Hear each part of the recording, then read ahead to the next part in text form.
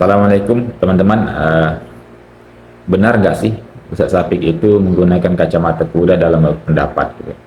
Kalau kita pahami sebelumnya apa sih gunanya kacamata kuda itu? Kacamata kuda itu kan gunanya supaya kuda itu tetap fokus melihat ke depan, tidak melihat ke samping bahkan ke belakang, supaya juga kuda itu jangan panik.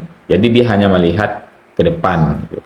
Mengambil suatu pendapat, tidak melihat kepada pendapat-pendapat yang lain. Jika seseorang itu melihat kepada beberapa pendapat para ulama dalam masalah agama, lalu mengambil satu pendapat ulama dan berpegang teguh dengan itu, meyakini itu yang paling kuat, itu bukan kacamata kuda namanya. Yang penting dia mengambil pendapat itu tanpa berbuat anarkis kepada orang yang mengambil pendapat lain.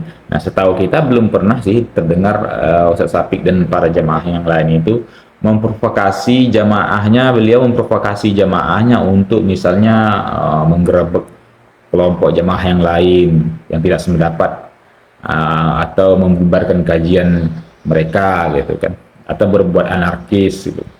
Ya, kita belum pernah dengar ya. Kacamata kuda itu, Pak, Bu, Anda melihat kepada kesalahan orang lain, melihat kejelekan pada orang lain, tapi nggak melihat kawan-kawan yang di samping, kawan-kawan yang di belakang, orang-orang yang di sekelilingnya, kaumnya, kawannya itu berbuat salah, nggak lihat, malah sibuk dengan kesalahan orang yang di depan matanya yang dilihat itu, karena memang dia dasarnya benci gitu kan.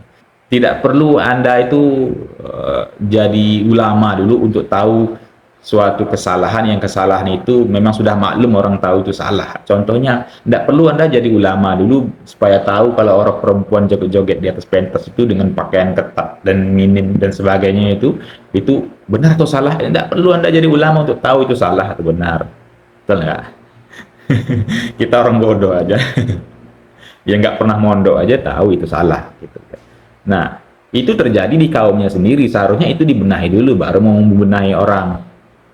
Nah, ketika orang itu tidak sependapat dengan kita, orang itu mengkritik kita dengan keras dan sebagainya, ya kita mau lawan lagi dengan ilmu, dengan bantahan, dengan hujah gitu kan. Bukan kita datangin, kita bubarkan kajiannya gitu kan. Kita buat anarkis, kita rusak masjid segala macam. Ya, itu kan perbuatan anarkis namanya. Islam kan nggak ngajarkan gitu. Mana ada Islam mengajarkan gitu. Apalagi kita bernegara ya kan, kalau memang nggak setuju kita serahkan ke pemerintah, kita lapor sama pemerintah, ini kajian meresahkan. Nah, kita mau ketemu di pengadilan kan, begitu seharusnya. Kalau memang sportif, ini kan nggak terima dikritik lalu berbuat anarkis, nggak bisa menjawab, nggak bisa melawan dengan hujah-hujah lalu dilawan dengan apa kalah dalil ajak gelut gitu ya kan, sebenarnya nggak seperti itu. Kita kalau dikritik orang, walaupun dikritik habis-habisan, walaupun kritikan itu nggak benar, kita balas lagi dengan ilmu gitu kan. Tapi itu tadi, balik ke kacamata kuda itu sebenarnya tuduhan yang sangat lucu kepada orang yang sebenarnya tidak seperti itu. Ya, kacamata kuda itu kan ya seperti itu tadi, melihat hanya kesalahan orang tapi kaumnya sendiri nggak dibenahi. Seharusnya tuh cap cocoknya untuk Anda dan kaum Anda itu benahi dulu kaum kita, baru kita melihat pada orang lain. Kita melihat kesalahan orang lain tapi lingkup kaumnya sendiri nggak dilihat gitu. Sebenarnya lihat, jadi pura-pura nggak tahu. Channel-channel YouTube ya, di YouTube yang mereka akhir-akhir ini berani menyampaikan, mengulas, mengupas, mengkritisi fenomena-fenomena kelucuan-kelucuan yang terjadi di negeri kita, ya yang menurut saya mereka sih berani karena mereka kan menghadapi kelompok yang tidak kecil ya. Ya, itu tadi tidak menutup kemungkinan mereka juga mendapat tekanan-tekanan dan ancaman-ancaman ya. Ya, kita sebut saja channel seperti Bang Heri Pras ya, Bang Dodi Sepriadi, channel Nasir Sunnah, banyaklah channel lain itu, banyak sebenarnya. Saya lupa. Soalnya saya nggak terlalu sering nonton ya. Cuman ada beberapa yang saya tonton itu. Ya, pesan saya teruskan perjuangan kalian yang menurut saya sangat berani. Selama ini kan belum ada ya, mungkin beberapa waktu inilah yang mulai viral. Dan juga para pemilih, bukan pemilih, kalian-kalian yang hobi, yang aktif di media sosial ya, jangan lupakan dakwah itu ya, jangan posting hal-hal yang nggak jelas ya, posting hal-hal yang bermanfaat untuk umat gitu kan.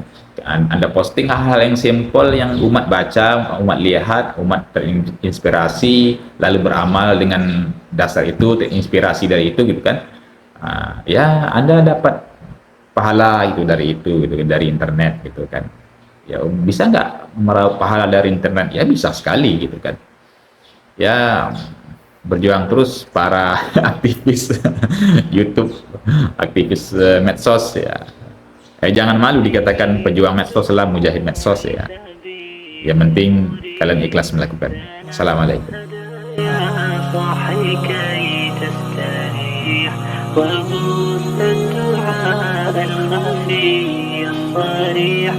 يسعك الفضاء الرحيم